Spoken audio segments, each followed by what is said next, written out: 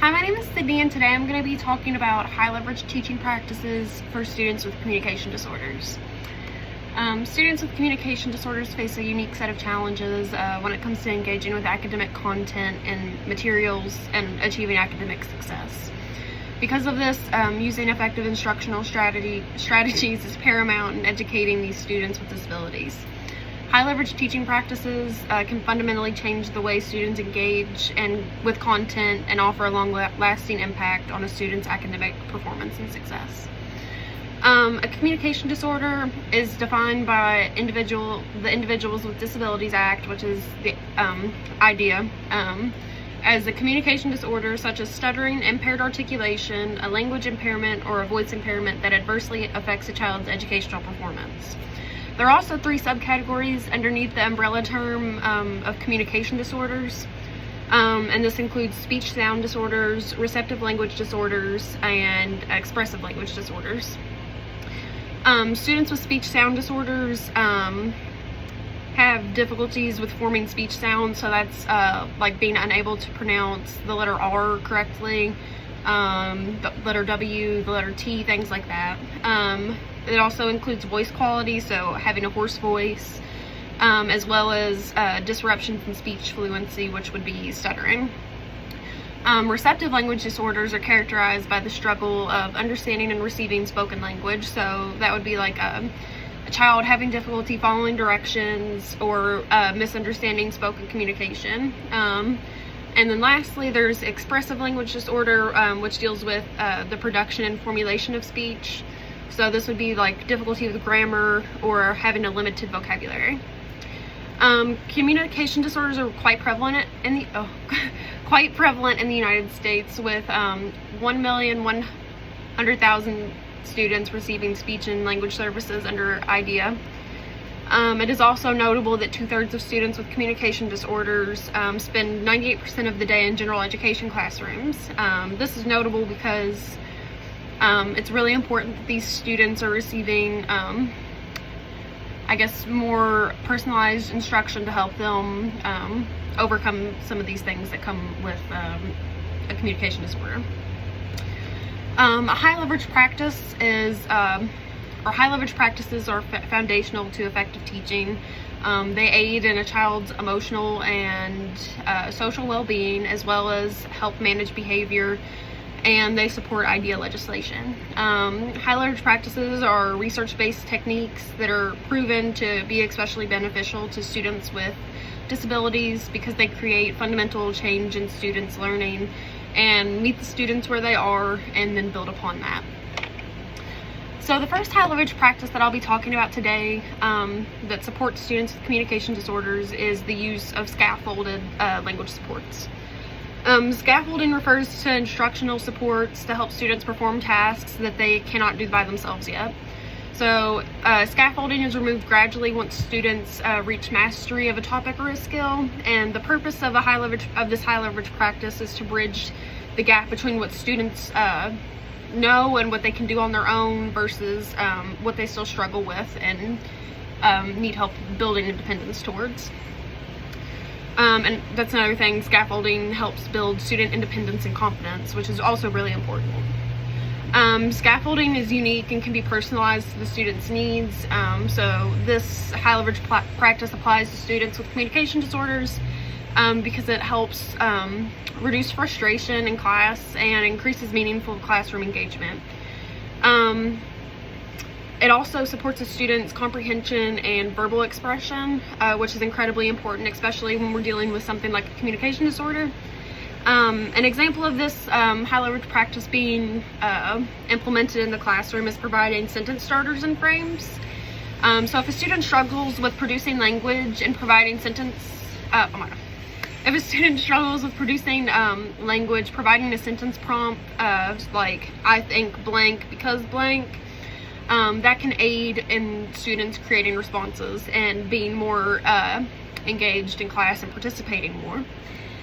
Teachers can also use word banks with relevant vocabulary for certain worksheets and assignments. So that can help students like remember how to spell things and like the words you're looking for on the page in front of them. So yeah. The next high leverage practice that can be used to academically support students with communication disorders is flexible grouping.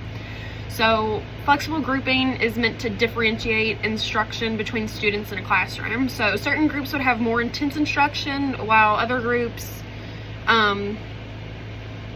would have more intense instruction, and all the groups would be tailored to the specific student needs. And this is really helpful for teachers too, because it's really hard to tailor instruction to like 25-30 kids all at the same time. So doing this in smaller groups is a lot more manageable.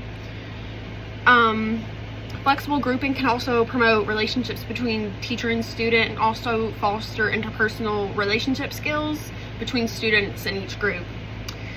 So this high leverage practice applies to students with communication disorders because it supports individualized needs. Students who struggle with expressive and receptive language can be grouped in a way that matches their strengths and goals. So smaller groups can also reduce anxiety. So if a student is scared to participate in class because they're scared they're going to be judged for giving the wrong answer or something like that, working in smaller groups can really minimize that. So yeah, this would create a safer place for students to practice their communication skills without judgment from peers. But it's also really important that as a teacher you create a judgment-free classroom so all your students feel safe in like a whole class setting. So an example of this high leverage practice being implemented in a classroom is small group instruction. So grouping students with similar needs, such as so if a bunch of students have problem using correct grammar or writing complete sentences, you can group those students together and work with them more one-on-one and give them more intense instruction on how to master this skill because it's on a smaller scale. So these homogeneous groups can be used to focus on shared needs. Another way you could do this is with peer-assisted learning. So if you pair a student who struggles with like speech and language, you can pair them with a student who is really proficient in this, and the student who is more proficient in this can kind of model that behavior and skill for this other student who struggles. So this can allow to model fluency and even expand vocabulary. So these heterogeneous groups can allow for students with communication difficulties to observe those with stronger communication skills, and peers may be able to connect on a different level than teacher and students can. The next high leverage practice that I will be talking about is collaborating with families to support learning and secure supports. So pretty much this means working with other professionals and families to get a better understanding of a student's strengths and weaknesses. It's really important to get multiple sources of information about a student when tailoring an educational program. So meeting and collaborating with families can ensure that instruction and these educational processes can continue at home. So it kind of creates like a continuity, so everyone's on the same page. This high leverage practice applies to students with communication disorders because these students often need support beyond the classroom. And this high leverage practice emphasizes the importance of family and professional partnerships, which gives family equal power as educators, like when creating something like an IEP. This relationship also provides continuity, as I said earlier, between school and home, which will in turn improve academic outcomes in the future. So an example of this being implemented in the classroom is joint goal setting. So parents and teachers would be on the same page about goals, and these goals can be worked towards both in school and at home. So having parents help students practice skills is incredibly helpful because perhaps home is a more safer environment for the student, and they might feel a little bit more comfortable giving answers and things like that. And also maybe parents can explain something in a different way than a teacher could that the child may understand a little bit better than the way the teacher explained it. Another example of this being implemented is something called carryover activities. So let's say a student goes to a speech therapy lesson. The teacher could create like a short video to send home modeling specific sounds that the student needs to practice. And then using this video, families can practice these sounds at home with students, which creates double reinforcement and just extra practice, which is always a good thing. The next high leverage practice that can be used for students with communication disorders is using assessment data to make necessary adjustments to instruction. So pretty much this means is when evaluating students' data from assessments, you need to use that data to adjust instruction based on students' weaknesses, and basically looking at what they understand and what they don't understand. So teachers need to also manage and collect ongoing data during the teaching of a lesson, which can be kind of difficult at times, but it's really important that you do this.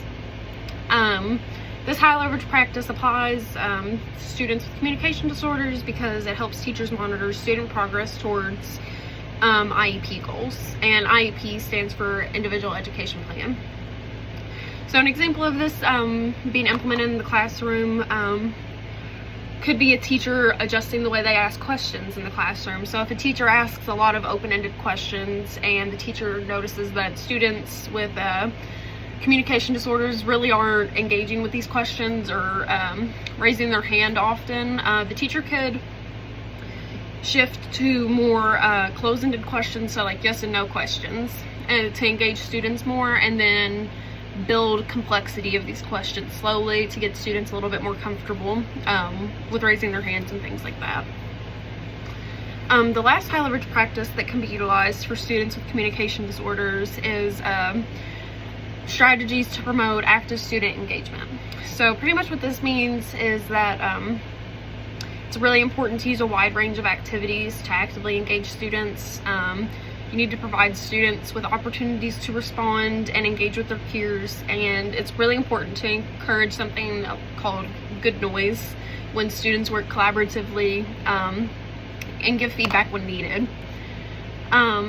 This high leverage practice applies to students with communication difficulties because through different activities, students have multiple ways to participate in class. So if they feel uncomfortable with one way, there's another way for them to engage that still gets them engaged and, you know, gets them points and stuff. And it's really important for students to have meaningful ways of engagement in the classroom because that's when the best learning occurs. So an example of this high leverage practice in the classroom is asking the whole class to respond as a group to something.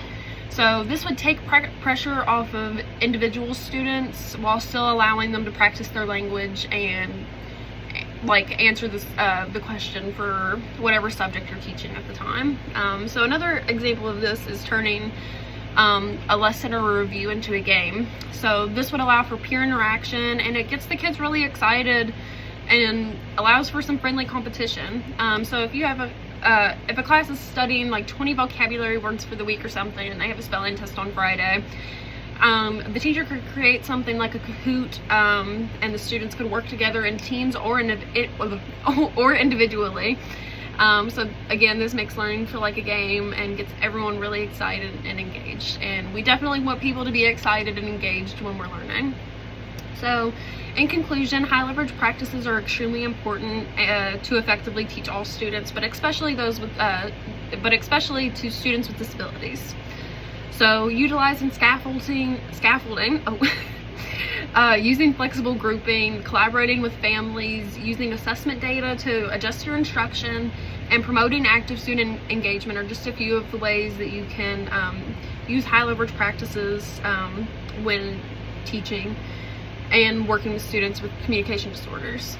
These tools are extremely powerful because they ensure that instruction time is accessible to every student, impactful, and ensures the creation of a safe learning environment where students can thrive academically. Thank you.